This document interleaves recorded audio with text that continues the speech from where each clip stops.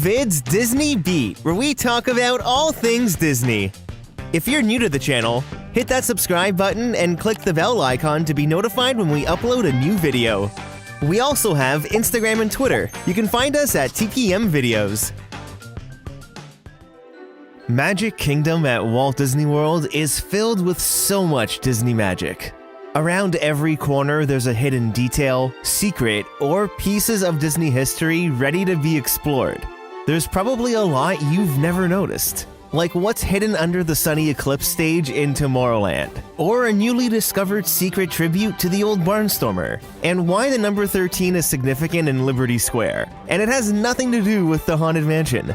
We'll show you all these secrets plus many more. So today sit back as we count down the top 7 Disney secrets at Magic Kingdom. Number 7. The windows on Main Street, USA act as the opening credits of the film that's Walt Disney World. Many of the talented men and women who worked tirelessly to help design and build the theme park are honored on these windows, but they actually pay tribute to more than just important people. Before there was a theme park to design and build, land had to be purchased to make Walt Disney's dream a reality. He and his team scoped out swampland in Central Florida and began purchasing the land in 1964. Prices were sure to skyrocket if the public knew Walt Disney was behind these mysterious purchases. So, in an effort to keep this venture a secret, Disney created shell companies that would buy the Florida swampland. Well, to honor this endeavor, the window above the Crystal Arts store pays tribute to the shell companies that were used to purchase the land. You'll see it says subsidiaries, then lists the 6 companies, which include Compass East Corporation, Bay Lake Properties, and Reedy Creek Ranch Lands. In 1966, all the shell companies were merged into Compass East Corporation, which was then renamed the Walt Disney World Company in September of 1967. So next time you take a stroll down Main Street, USA, keep an eye out for the window that really gave Walt Disney World its roots. Now, I just want to say a big thank you to Disney Emoji Blitz for sponsoring today's video. You can go ahead and download the game for free using the link below. I'll be giving away some Disney gift cards, so stay tuned for that. Now, Disney Emoji Blitz is not your typical Match 3 game, since 1, you get to play with these adorable Disney emojis, and 2, there are dozens of emojis to collect, and each of them has their own unique power-ups. This game is so much fun, and I honestly can't stop playing it. It's been months now. You can really strategize by choosing the best emoji to use in each game to maximize your points scored. I've collected quite a few emojis so far, but my favorite to use right now would have to be the Beast. When he powers up, the Disney magic comes right to life, and any Beast emojis are turned into the Prince. I love it, and he's helped me clear quite a few levels so far. New emojis are being added every single week from Disney, Pixar, and Star Wars IPs, with tons of characters to collect, including some characters from Disney rides like the Hatbox Ghost and Figment.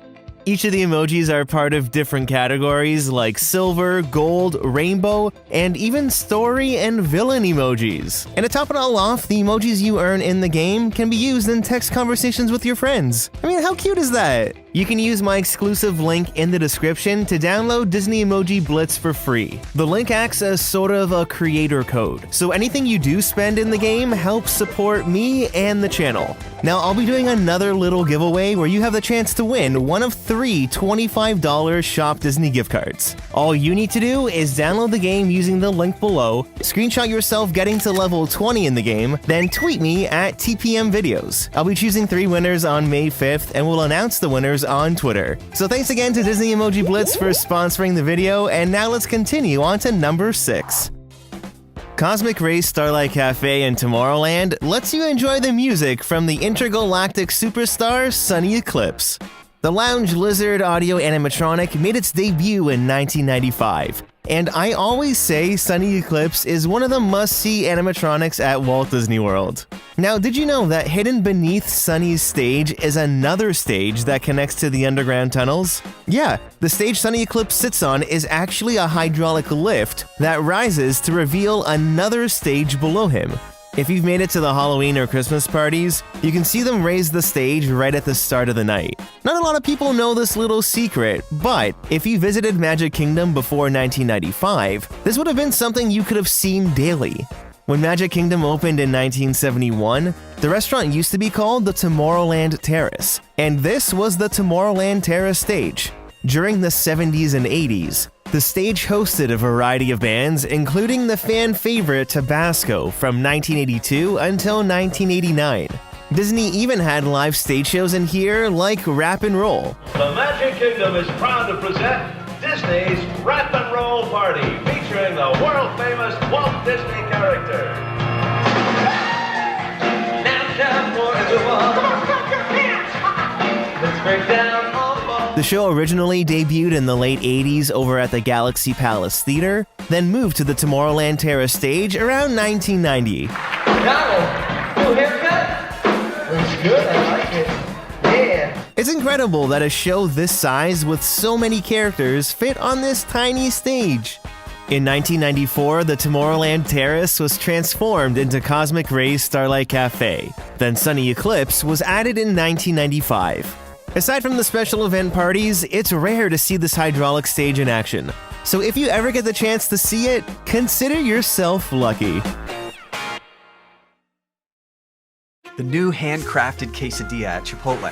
It's a whole new way to adobo chicken, a whole new way to guac, and a whole new way to order. Because it's only in the app or online. The new quesadilla. It's a whole new way to Chipotle. Number 5. Do you ever walk through Liberty Square and just admire the beautiful Liberty tree? Well, this southern live oak tree actually has quite the history. During the construction of Walt Disney World, the then 100-year-old tree was found on the eastern part of Disney property. They knew the tree was perfect for Liberty Square, so Disney's horticulture team dug up the 38-ton tree in June of 1970 and spent months moving it across property. It was so large that they had to drill through the hardwood center and place metal rods in it so it can be transported.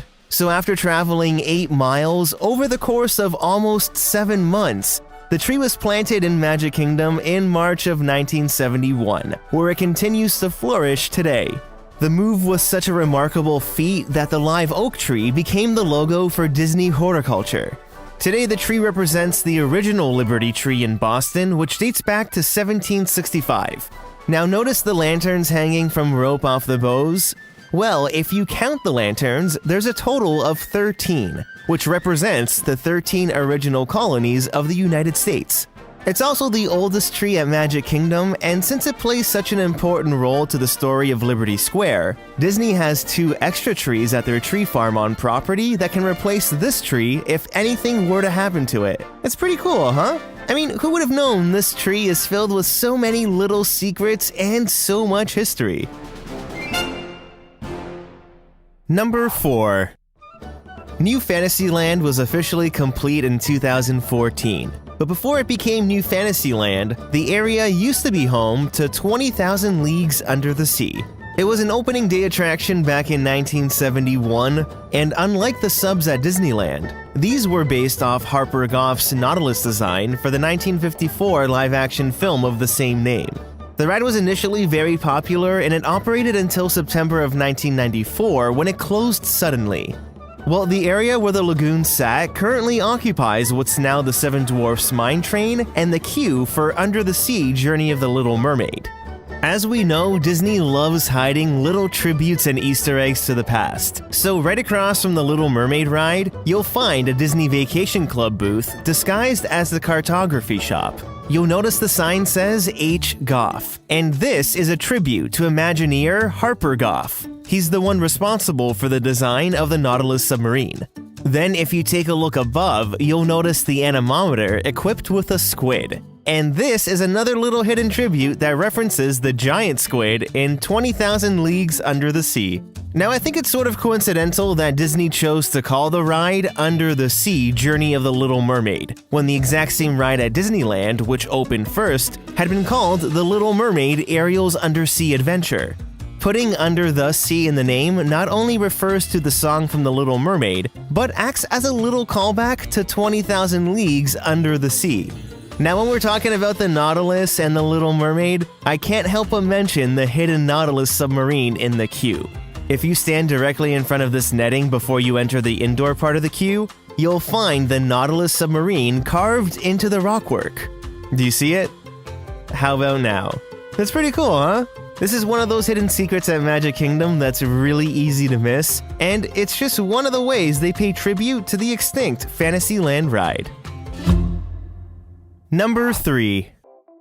Taking a trip on the world-famous Jungle Cruise lets you explore many of the world's popular rivers. As you pass Schweitzer Falls and make your way into the Nile River, on the right-hand side, you'll see this crashed aircraft. I mean, it's plain to see right there in full view. But did you know the front half of this plane was actually from the Great Movie Ride at Disney's Hollywood Studios?